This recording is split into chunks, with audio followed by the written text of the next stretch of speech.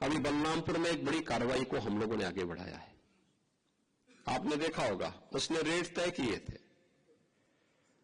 यानी कैसे धर्मांतरण के कार्यक्रम को आगे बढ़ाना है, हिंदुओं में, ब्राह्मण में, क्षत्रिय में, सिखों में, अन्य ओबीसी जातियों में, अनुसूचित जाति जनजाति के लोगों को कैसे धर्मांतरित करना, सबके रेट उसने तय किए हुए थे। विदेशों से उसमें धनराशि आ रही थी।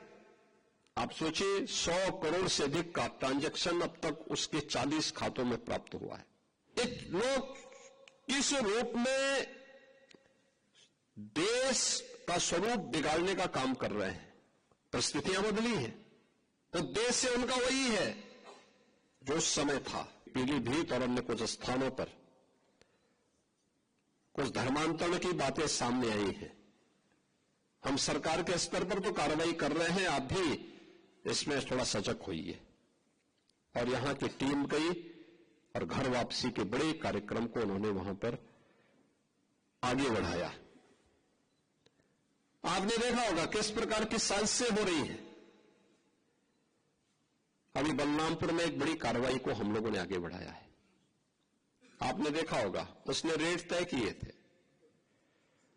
यानी कैसे धर्मांतरण के कार्यक्रम को आगे बढ़ाना है,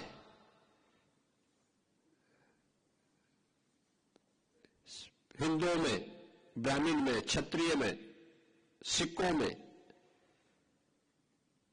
अन्य ओबीसी जातियों में, अनुसूचित जाति जनजाति के लोगों को कैसे धर्मांतरित करना, सबके रेट उसने तय किए हुए थे।